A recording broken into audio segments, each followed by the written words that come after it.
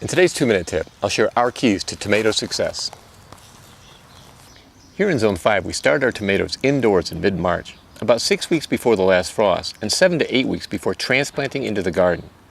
Though it's very tempting to start earlier, we found that it doesn't provide a significant advantage. In early May, when nighttime temps are in the 40s or above, we move the tomatoes outside, preferably on an overcast day, and place them in the shade. This begins the hardening off process.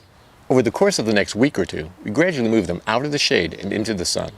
This allows them to adapt to outdoor conditions and reduces sun scald. Sometime around mid-May, when nighttime temperatures are mostly in the 50s or above, we transplant the tomatoes. Much of our garden is partially shaded, so we save the sunniest spots for tomatoes.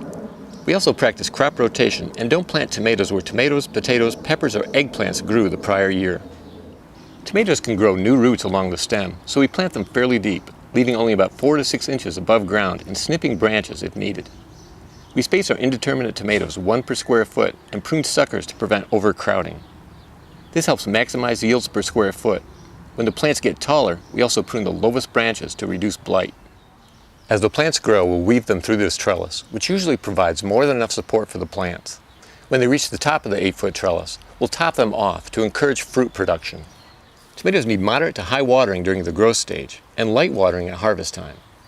We have a lot of rain in the extended forecast, so we probably won't have to water them much in the near future. In a couple of weeks, when soil temperatures are higher, we'll mulch the tomatoes to reduce watering requirements. This will also reduce soil splash, which will protect the plants from blight. Finally, we found through experience and a soil test that compost, worm castings, and mulch from free local resources provide more than enough nutrients for our tomatoes and the rest of our plants, so we won't be using any store-bought fertilizers. Well, that's all for now. Thank you very much for watching this 2-minute tip.